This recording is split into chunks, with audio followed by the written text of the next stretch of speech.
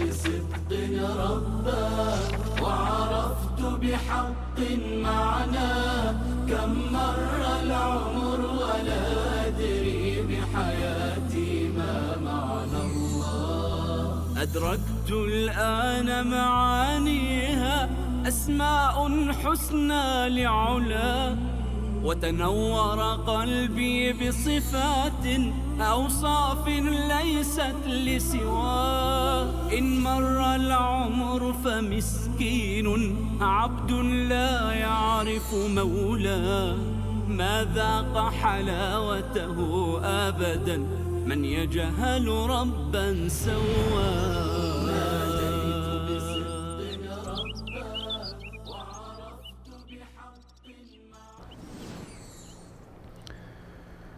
الحمد لله رب العالمين والعاقبة للمتقين، والصلاة والسلام على نبينا محمد وعلى آله وصحبه أجمعين. بینندگان عزیز و ارجمند، السلام علیکم و رحمت الله و برکاته.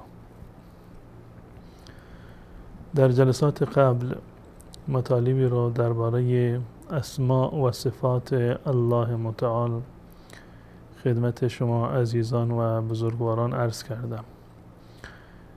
از این جلسه به بعد میپردازیم به آحاد اسماء الله و در هر جلسه یکی یا دو تا از اسماء و نامه ها و صفات الله متعال را خدمت شما بینندگان عزیز و ارجمند توضیح خواهم داد.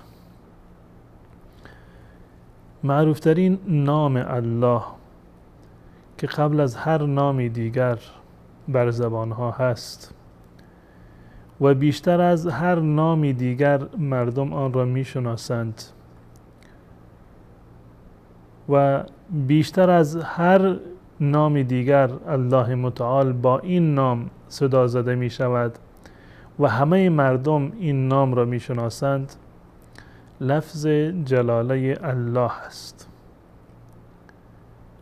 الله اسمی هست و نامی هست که علم هست بر الله متعال، نام ویژه و اختصاصی الله متعال هست که هیچ کسی در دنیا نبوده که اسمش الله بوده باشد، نه مسلمانی و نه کافری، نه در امروز در زمان معاصر ما و نه در گذشته. الله نام اختصاصی پروردگار من شما هست. الله و این لفظ جلاله در قرآن کریم بسیار مواردی هست که الله متعال این رو نام برده، بلکه بیشتر از تمام اسماء و صفات الله متعال لفظ جلاله الله ذکر شده. حدود 2700 بار در قرآن کریم لفظ جلاله الله ذکر شده و حدود بالغ بر 30 آیه هست که در قرآن کریم با نام الله و با لفظ الله آغاز شده. این لفظ الله یک لفظی هست و نامی هست که همه من و شما وقتی که این را بر زبان جاری می کنیم، این ذات را نام می بریم و با جمله و کلمه الله پروردگارمان را صدا می زنیم، یک انسی و یک آرامش خاصی به ما دست می دهد. این برمیگردد به معنی کلمه الله. لفظ جلاله الله و این کلمه بسیار پرمعنی و پرمحتوا هست. تقریباً 4 معنی دارد لفظ جلاله الله. یعنی وقتی که ما الله را صدا میزنیم، این جمله زیبا را بر زبان میآوریم، مجموعه از معانی را در واقع در قالب یک کلمه ما جمع کردیم. الله به معنی معبود هست. الله یعنی معبود، ذاتی که عبادت می شود، ذاتی که لیاقت بندگی را دارد. الله من یعنی معبود من. و این عبودیت یکی از معانی الله است. و یکی دیگر از معانی الله ملجأ هست، پناهگاه، یعنی ذاتی که مردم و آفریدگان به او پناه میبرند. الیه الیه در زبان عربی وقتی گفته می شود معنیش این است لجأ الیه، یعنی پناه برد. و من و شما هم هر وقتی که پناه میبریم به الله متعال پناه میبریم. اعوذ بالله من الشیطان الرجیم. یکی از معانی لفظ جلاله الله پناهگاه است، ذاتی که پناه میدهد، ذاتی که همه آفریدگان به سوی او پناهنده میشوند.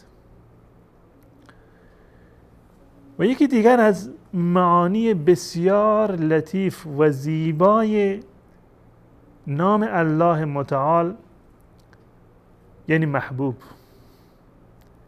ذاتی که محبوب دلها هست، یعنی دارای چنان عظمتی هست، چنان بزرگی را دارد که هر کسی او را دوست دارد. یعنی با توجه به صفات والایی که دارد، با توجه به صفات کمال و جمالی که دارد، محبوب انسان هاست و محبوب آفریدگانش هست. و معانی این کلمه بسیار پرمحتوا هستند، بسیار ارزشمند هستند که نشان بر اختصاص این کلمه به ذات الله متعال دارد. معنی چهارم لفظ جلاله الله یعنی ذاتی که عقل بشر و بندگان در برابرش شگفت زده می شود و حیران و سرگشته می شود. الله یعنی آن ذاتی که عقل بشریت در مورد کنهش و در مورد عمق صفات جلال و کمال الهی در حیرت فرو رفته است. این هست یعنی الله.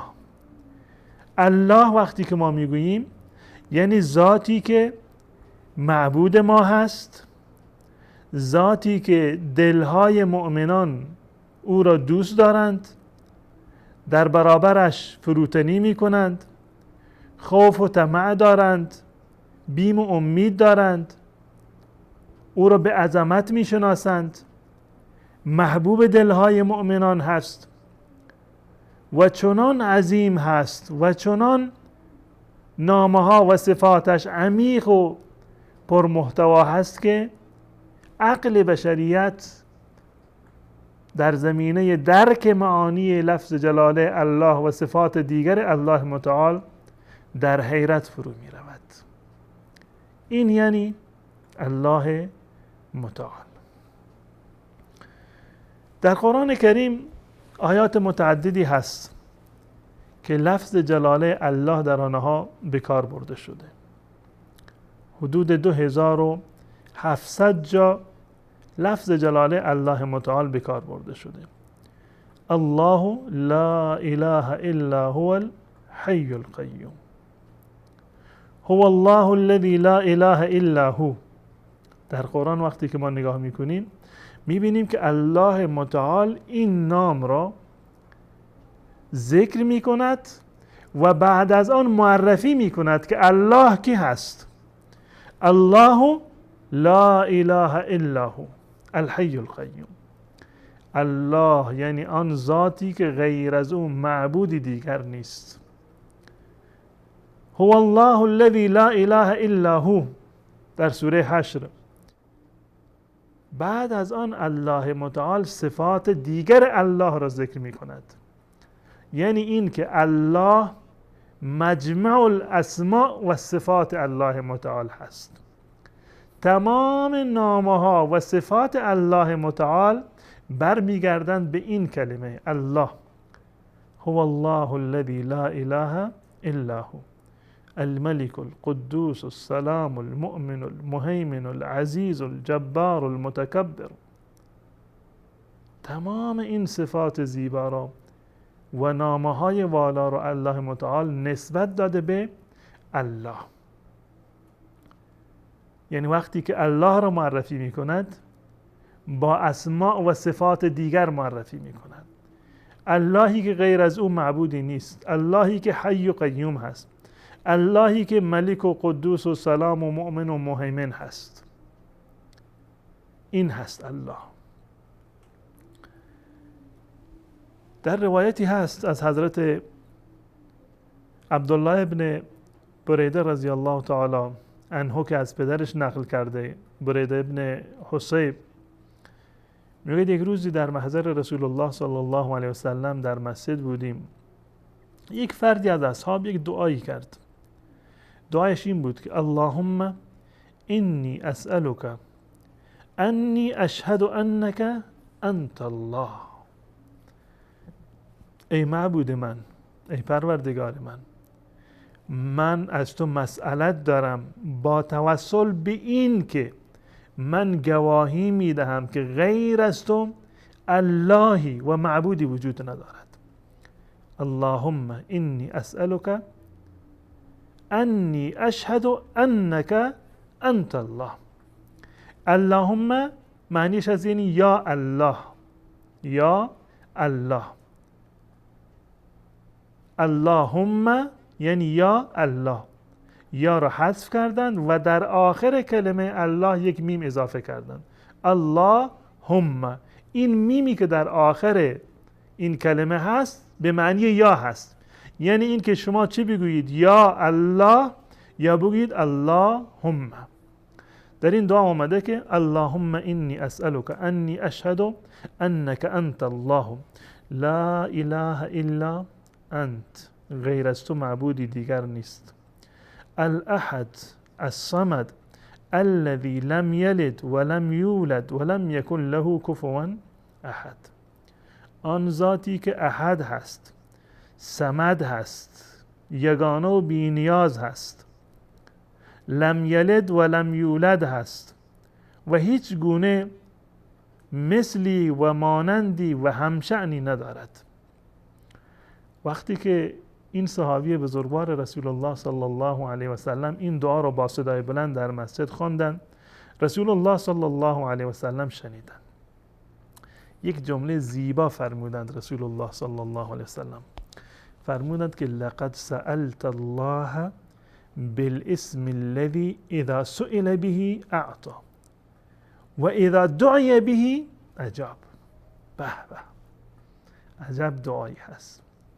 تو الله متعال را با نامی صدا زدی که هر وقت کسی با این نام صدا بزند و دعا بکند اذا سئل به اعطى، الله متعال اجابت می کند، می دهد. اگر خواسته ات را با این نام از الله متعال بخواهی، با توسل به این نام خواسته ات را برآورده می کند. و اذا دعی به اجاب، وقتی که با این نام فراخوانده بشود اجابت می کند. روایت در سنن ابو داود و ترمذی هست. از این روایت معلوم می شود که الله متعال اسم اعظمی دارد. یعنی از تمام نامه های دیگر الله متعال عظمتش، اباحتش، محبوبیتش نزد الله متعال بیشتر هست. و جالب هست در روایت حضرت عبدالله ابن عمر رضی الله تعالی عنه که در صحیح مسلم هست، رسول الله صلی الله علیه وسلم می‌فرماید که ان احب اسمائکم الی الله عبد الله و عبد الرحمن.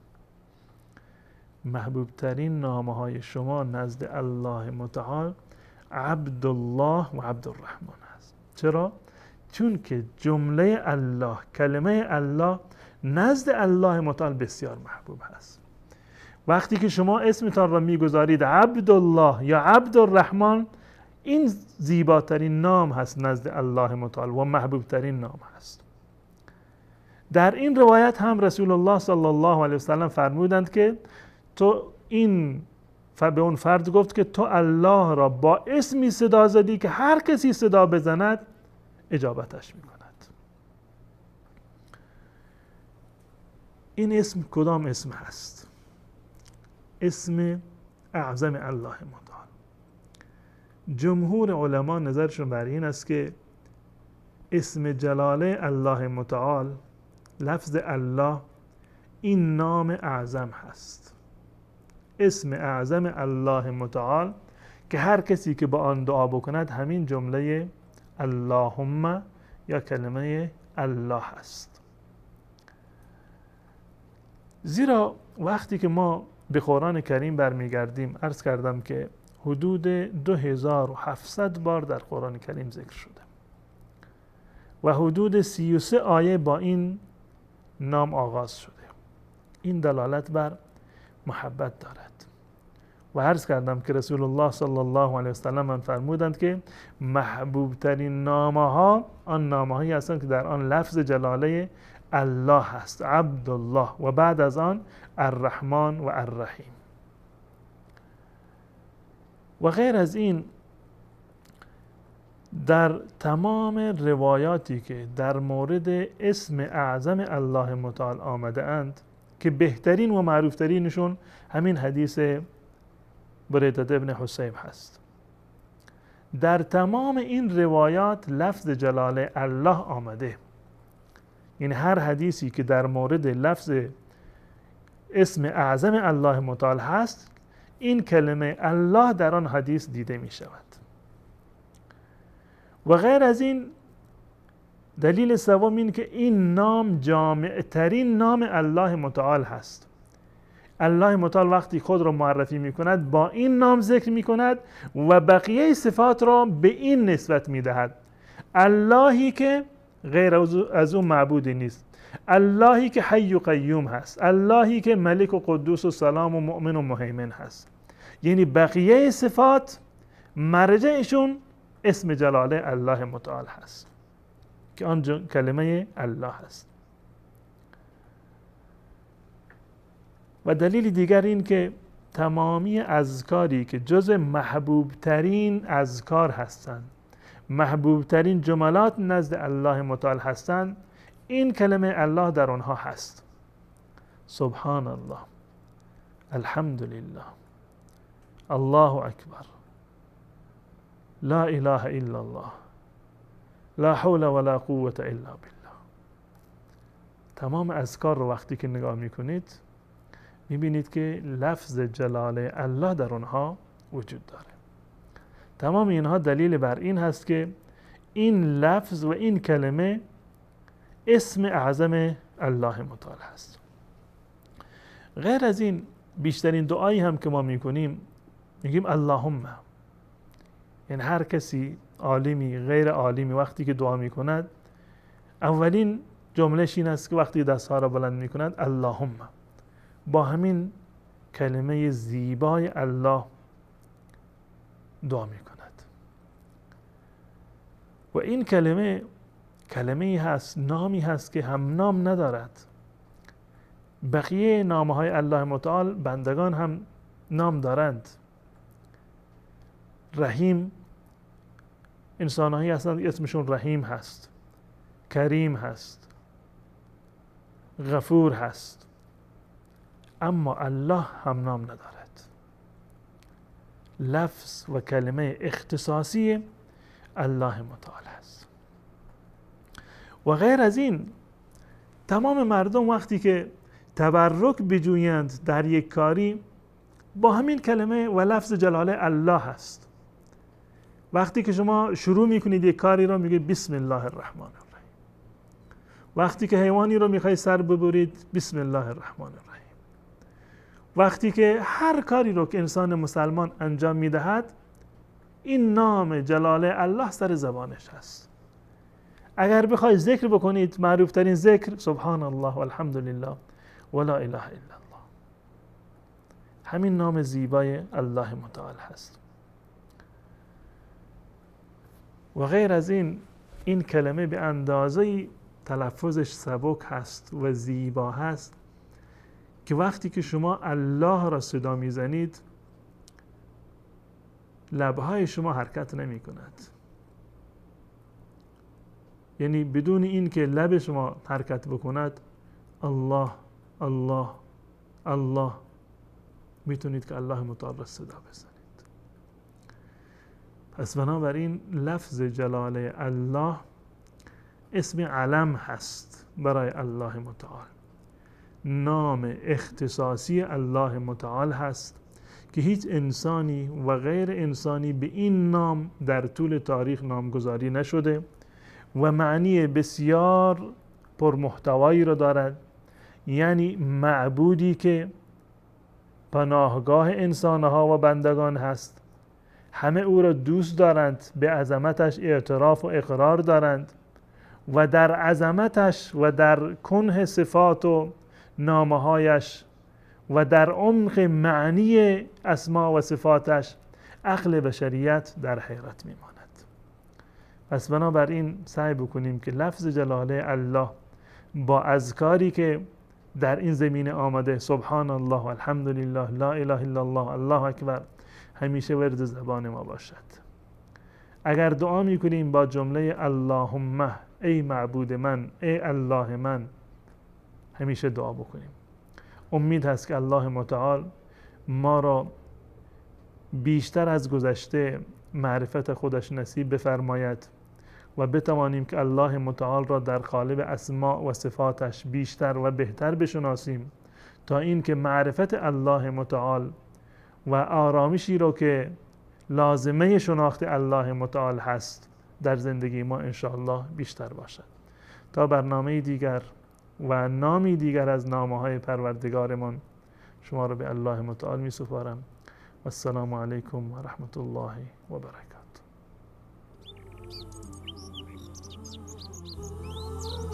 ناديت بصدق ربا وعرفت بحق معناه، كم مر العمر ولا أدري بحياتي ما معنى الله. أدركت الآن معانيها، أسماء حسنى لعلا، وتنور قلبي بصفات أوصاف ليست لسواه. إن مر العمر فمسكين عبد لا يعرف مولاه، ما ذاق حلاوته أبدا من يجهل ربا سواه.